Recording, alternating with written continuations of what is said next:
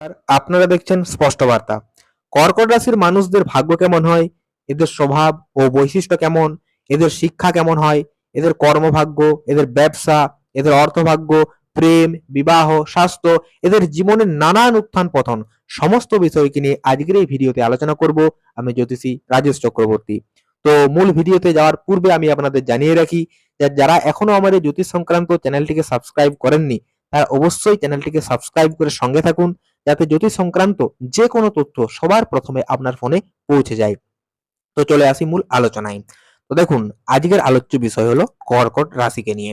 তো এই কর্কট রাশি কি? এই কর্কট রাশি হচ্ছে জ্যোতিষ শাস্ত্রতে যে 12টি রাশির উল্লেখ রয়েছে, এই 12টি রাশির মধ্যে চতুর্থ রাশি হচ্ছে এই কর্কট রাশি। এবং এই কর্কট রাশি হচ্ছে জলতত্ত্বের একটি রাশি। এবং এই কর্কট রাশির যে অধিপতি গ্রহ সে হচ্ছে চন্দ্র, অর্থাৎ চন্দ্র এই কর্কট রাশিকে নিয়ন্ত্রণ করে। এবং এই কর্কট রাশির ঘরে মঙ্গল নিচস্থ হয় এবং এই কর্কট রাশির ঘরে বৃহস্পতি কিন্তু তুঙ্গস্থ হয়। তো এই কর্কট রাশির মানুষদের স্বভাব এবং বৈশিষ্ট্য কেমন হয় এটা নিয়েই প্রথমে আমি বলি। না, এই কর্কট রাশির মানুষরা চন্দ্রের দ্বারা প্রভাবিত হওয়ার কারণে, আমি একটু আগেই বললাম চন্দ্র হচ্ছে এই ঘরের গ্রহ, অর্থাৎ চন্দ্র কিন্তু কর্কট রাশিকে নিয়ন্ত্রণ করে। আর চন্দ্র কি কি রিপ্রেজেন্ট করে? না, চন্দ্র রিপ্রেজেন্ট করে মন মানসিকতাকে। অর্থাৎ এই কর্কট রাশির মানুষদের যে মন, এই চন্দ্রের দ্বারা প্রভাবিত হওয়ার কারণে খুব ইমোশনাল প্রকৃতির হয় কিন্তু এই কর্কট রাশির মানুষরা। অর্থাৎ তারা এতটাই আবেগপ্রবণ হয়ে যায় কোনো একটা বিষয়কে নিয়ে, যারা যে কি করছে তারা ঠিক নিজেরাই বুঝে উঠতে পারে না। অর্থাৎ তারা এখন এক ধরনের কাজ করছে, কিছুক্ষণ পর তার মুড সুইং করলো, তখন তার মাথায় আরো একটা অন্য ধরনের চিন্তা চলে এলো। এটা কিন্তু কর্কট রাশির মানুষদের মধ্যে দেখা যাবে। অর্থাৎ এরা কিন্তু কোনো একটা কাজকে স্থিরভাবে ঠিকঠাক ভাবে কিন্তু করতে পারবে না। এদের মন কিন্তু খুবই চঞ্চল প্রকৃতির হয়ে থাকে। এবং এরা এতটা আবেগপ্রবণ হয়ে যায় যে এদের সম্বন্ধে কেউ যদি একটু ভালো কথা বলে, তারা তখন তাকে খুব ভালো ভাবতে শুরু করে যে ও আমার নামে ভালো কথা বলেছে মানে সে খুব ভালো ব্যক্তি। আবার একইভাবে যদি সামান্য একটু এদেরকে কেউ বকাবকি করে দেয় বা এদের একটু দোষ বের করে দেয়, তখন কিন্তু এর মন খুব ভারাক্রান্ত হয়ে যায় যে আমার সম্পর্কে সে খুব বাজে বাজে কথা বললো, আমি আর এই পৃথিবীতে বেঁচেই থাকবো না। এই ধরনের যে ইমোশন জিনিসটা, এটা কিন্তু এই কর্কট রাশির মানুষদের মধ্যে প্রচন্ড পরিমাণে খুঁজে পাওয়া যায়। তবে এই কর্কট রাশির মানুষরা কিন্তু খুব সহজ সরল প্রকৃতির হয়ে থাকে। এরা কিন্তু যে অন্যান্য রাশির মানুষরা কম বেশি হয়, কিন্তু এই কর্কট রাশির মানুষরা কিন্তু তাদের মধ্যে যে কুটিলতা ব্যাপারটা, এই কুটিলতা ব্যাপারটা কিন্তু একেবারেই খুঁজে পাওয়া যায় না কর্কট রাশির মানুষদের মধ্যে। এরা এতটাই সহজ সরল হয় যে মানুষকে সব কথাই কিন্তু খুলে বলে দেয়। অর্থাৎ এদের অ্যাকচুয়ালি পেটে কোনো কথা থাকে না কর্কট রাশির মানুষদের মধ্যে।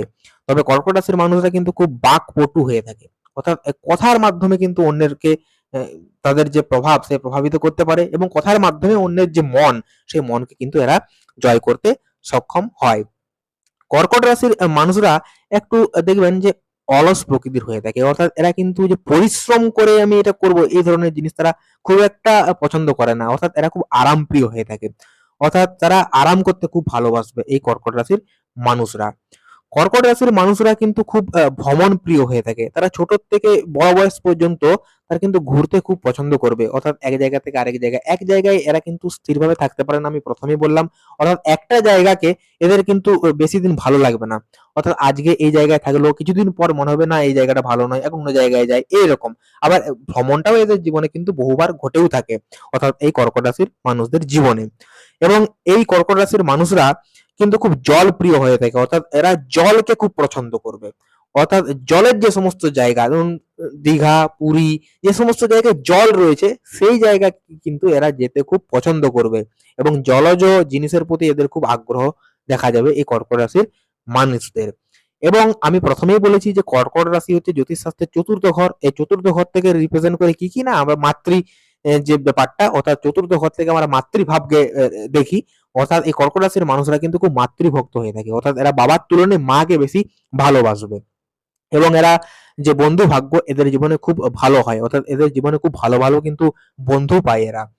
কর্কট রাশির মানুষরা কিন্তু একটা জিনিস এদের মধ্যে খুব নেগেটিভ আমি দেখেছি, সেটা হচ্ছে যে এদের মানিয়ে নেবার যে শক্তি সেটা খুব কম হয়ে থাকে। অর্থাৎ যে কোনো জায়গাতে এরা কিন্তু খুব সহজে মানিয়ে নিতে পারে না। মানুষ যদি এদেরকে কিছু বলে দেয়, এরা গায়ে নিয়ে নেয় কথাটা, এবং সেটার জন্য কিন্তু এদের মন কিন্তু ভারাক্রান্ত হয়ে পড়ে এই কর্কট রাশির মানুষদের মধ্যে। তবে কর্কট রাশির মানুষদের কিন্তু স্মরণ শক্তি খুব প্রখর হয়। অর্থাৎ এরা একটা জিনিসকে কিন্তু খুব সহজেই মনে রাখতে পারে, অন্যরা যেটা পারে না। এবং এরা কিন্তু অনুকরণ স্পৃহা এদের মধ্যে প্রচন্ড পরিমাণে থাকে, অর্থাৎ অন্যকে দেখে যে কপি করা এই ব্যাপারটা, এটা কিন্তু কর্কট রাশির মানুষদের মধ্যে খুব বেশি পরিমাণে থাকে। এবং কর্কট রাশির মানুষরা কিন্তু কলাবিদ্যার প্রতি এদের যে একটা আগ্রহ, এটাও কিন্তু প্রবলভাবে দেখতে পাওয়া যায়। অর্থাৎ গান বাজনা, কবিতা, খেলাধুলা, এই সমস্ত জিনিসের প্রতি এদের কিন্তু প্রচন্ড পরিমাণে কিন্তু আগ্রহ থাকবে। তবে বিশেষ করে সাহিত্যের প্রতি ঝোঁক এদের মধ্যে একটু বেশি দেখতে পাওয়া যায়।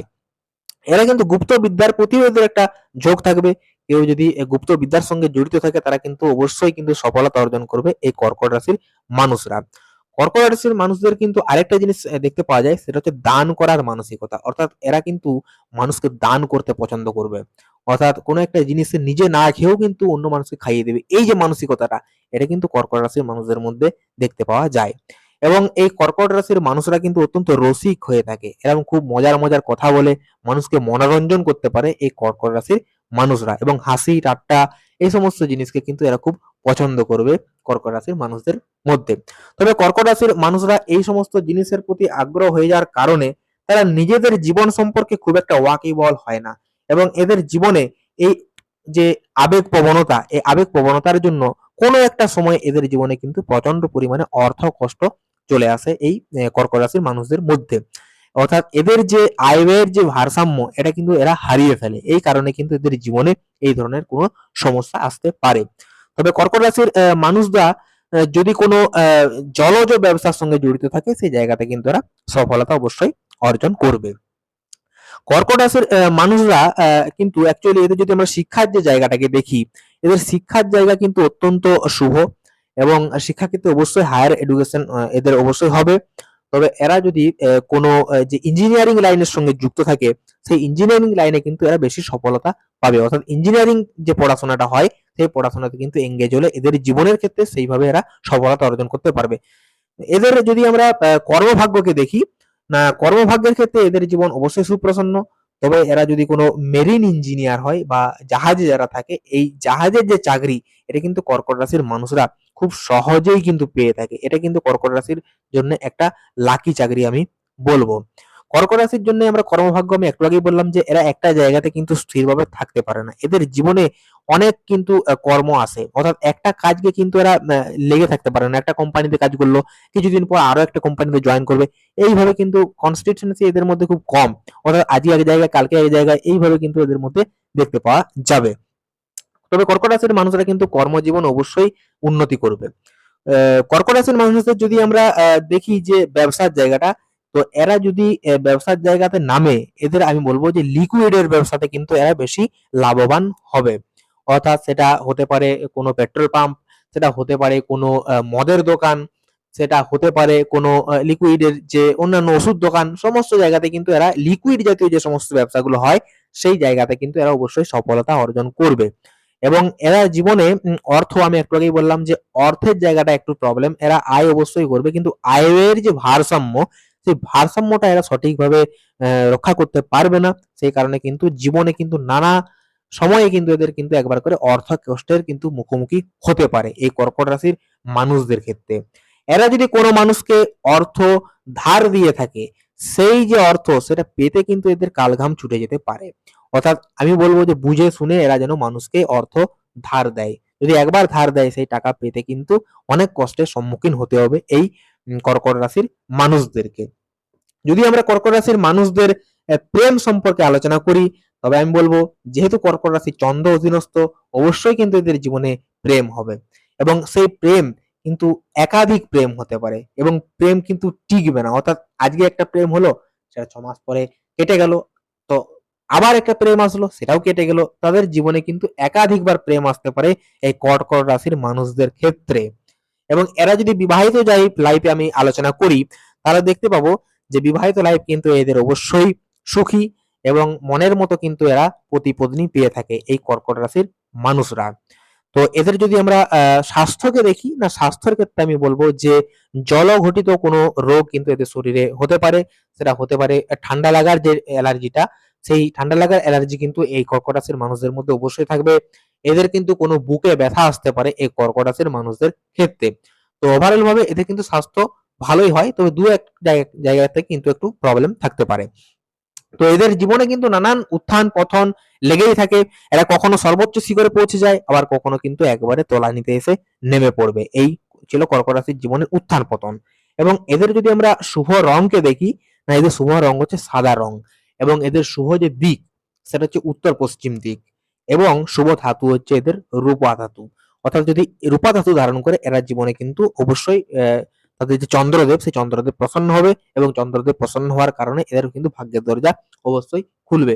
তো ওভারঅল ভাবে দেখতে গেলে কর্কট রাশির মানুষরা কিন্তু অন্যান্য রাশির তুলনায় খুব রসিক টাইপের হয়ে থাকে। এদের কর্মভাগ্য, ব্যবসা ভাগ্য সমস্ত কিছুই ভালো, কিন্তু এরা একটু বেশি ইমোশনাল প্রকৃতির হয়ে থাকে। তো আমি বলবো যে আপনারা অবশ্যই নিজেদের ইমোশনটাকে একটু কন্ট্রোল করার চেষ্টা করুন, দেখবেন আপনাদের জীবন এমনি এমনি কিন্তু সুখ এবং শান্তিতে ভরে উঠবে। তো পরবর্তীতে আমি সিংহ রাশিকে নিয়ে আলোচনা করব। সঙ্গে থাকুন। নমস্কার।